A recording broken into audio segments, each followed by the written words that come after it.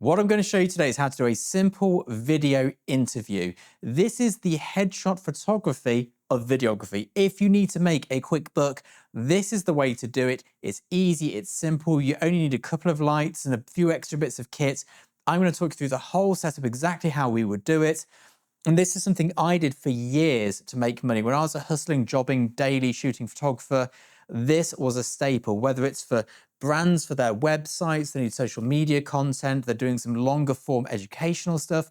This is such an easy way to get in there and make money. And unlike a headshot, it's complex enough that not anybody can dive in and do it at a basic level. Obviously, a good headshot takes real skill, but it's a lower barrier to entry than video is. So let's go through the whole setup, especially focusing on the lighting, because that is going to be key in this video. So the first thing we need to do in this setup here is get the lighting sorted. Now, the lighting is all relative to the entire scene, so we need to kind of make it work for us. Now, because I'm going to be being interviewed here, I want to be as flattered as possible with the lighting. So because of that, we want a big soft light source. So for today, we're going to use the Nanolite softbox, which is the parabolic 120 on a Nanolite 500B, the FC bicolor version. This is going to be our key light. If you only have one light, it's the key light you need. And a big soft light will please pretty much everyone. It's not the most creative thing in the world, but it'll definitely get the job done. So we're going to unplug that from where it is and bring it over to here.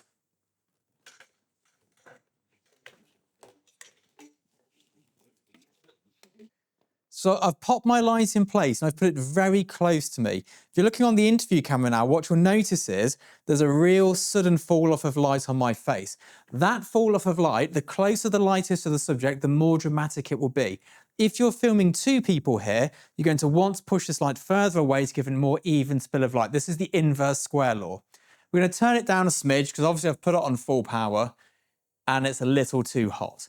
We'll turn that down. I'm going to turn this light off in the background I've got because this will be for later. So we can just see what we're getting with the one individual light.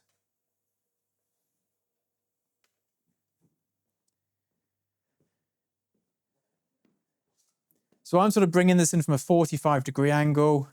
We can sort of feather it quite a lot. So here it's doing nothing. I'm obviously in darkness. And as this light comes in, you'll see the beautiful soft light coming in.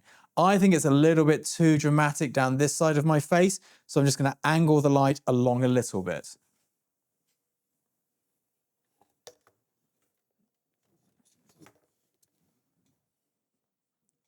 Now, of course, if you're doing this for a job, you don't want to be doing this whilst the actual sitter is here for the interview. So we use a wireless little screen setup here and focus thing. So I could sit myself down, pull one of these in. You can just buy a cheap one off Amazon. It doesn't have to be anything fancy. I can look at this here and see what we're getting because my eyesight can't see the little screen on top of this camera here. The other thing is you don't want the subject being interviewed to see the screen that I've got on at the moment above here, because what they'll do is they'll look up towards that screen instead of down towards the lens. And you'll notice on the lens itself, we've got a little bit of pink tape, and that's when I'm doing YouTube videos, which is the same as an interview, is to make sure I'm looking into it.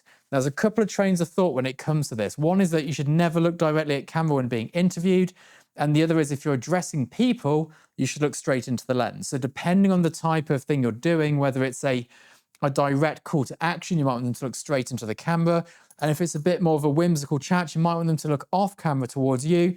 Again, which is where one of these is really useful because you can bring this slightly off to the side, monitor what's being filmed on this screen here, and still get the good footage from the camera. Now, when setting up this key light here, working out the brightness, the first thing you want to do is work out the brightness you want for the background, much like with any photography.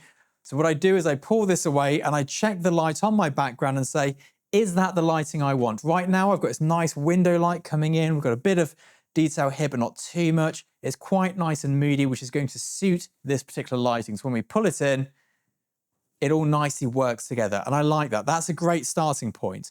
But I've got a dark jumper, a dark beard and dark hair, mostly. It's a bit gray as well. And I'm going to need a second light just to separate me from this background a little bit. And that's where this zoomable Fresnel comes in. So again, this is another Nanolite FC500B. And this here allows us to change how much spill is coming out as well by zooming the lens.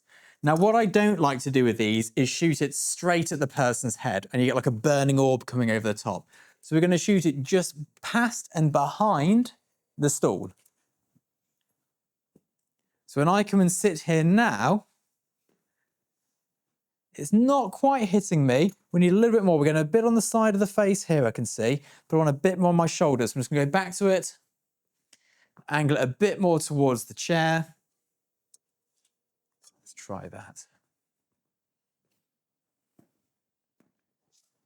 That's better. So we're getting a little bit of separation light, not masses though. It's not like a huge halo glow going around with one of those big shiny spots from the 1980s in your hair, but it's enough. We've got them both set to the same white balance, and this one is currently in shot. Now, whether that's something you want or not is entirely up to you. I like it. There's a certain type of documentary work where you leave bits of kit in shot, you'd have the microphone in shot. It gives a more casual, candid feel to things. If you want it to be more professional, our options are to move it further out of shot, or more simply, change the shot to something more like this. I think this is too formal, too old-fashioned. I much prefer that big wide shot we had at the start where you can really see everything. So now we've got the lighting sorted. We've got a beautiful soft light here. We've got a bit of hard light coming in there for separation. We've got the ambient light as well. We need to worry about audio. Now, thankfully today, audio is very affordable. You don't have to spend thousands of pounds on the old Sennheiser things. I've just got a Rode Wireless Go down here. It is absolutely good enough. It bakes the audio straight into the camera. You don't need much more than that.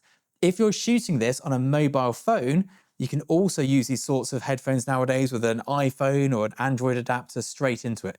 A phone is plenty good enough to shoot this. We're shooting this on a 6K B-RAW camera. You do not need it for this sort of work. When we were shooting these, we used to do the Canon 70D because it had autofocus on it and it had slightly better video. I think it had 1080p, which back then was like groundbreaking. But today, an iPhone is brilliant. Buy a cage for it so you can attach the microphone bit, get the wireless mic. If you don't have a wireless mic, but you have a standard one, buy a cheap extension cable, because the closer you have this microphone to the subject's mouth, the better the audio will be. If we go and cut to one of the microphones all the way back there, you'll notice how big the room sounds and how awful the audio is in comparison to when we come back to this lav mic here. Now, in terms of color grading, if I was doing it today with the kit I have here, I would use the baked-in LUT from this here, which is probably what you're seeing right now. They don't want fancy color grades. They want it short, simple, decisive, just a nice, easy video to do. They don't want some cool, trendy grade to it, which is going to date really badly in a few months' time. They just want it to look clean and professional. If you're using an iPhone, whatever comes straight off that will be absolutely fine. I shoot everything at 25 frames a second. I've got a 180-degree shutter angle and 5.6 on this here, which is an APS-C sensor. If you've got a proper camera, don't shoot it at 1.2, 1.8 f2. The person will move and they'll be so out of focus, it'll be horrific. Even here at 5.6, I haven't got that much grace to move back and forward. There's not a great deal of room for error here, so we still have to be pretty careful. Now, a quick note that Rob's just thrown in for me for our American viewers. I'm at 25 frames a second. Over there in the States, apparently you're on 24 frames a second. And that is because of the difference in broadcasting, which is PAL versus NTSC. There we go. Things I just don't know. You don't need to know it for this here though. Just set your camera up. 24, 25 will be fine. Now, the big thing to remember, which photographers often forget, is this whole setup here is not for you. It is for the person being interviewed. They don't care what fancy lighting system you've done. They don't care what great camera settings they've used.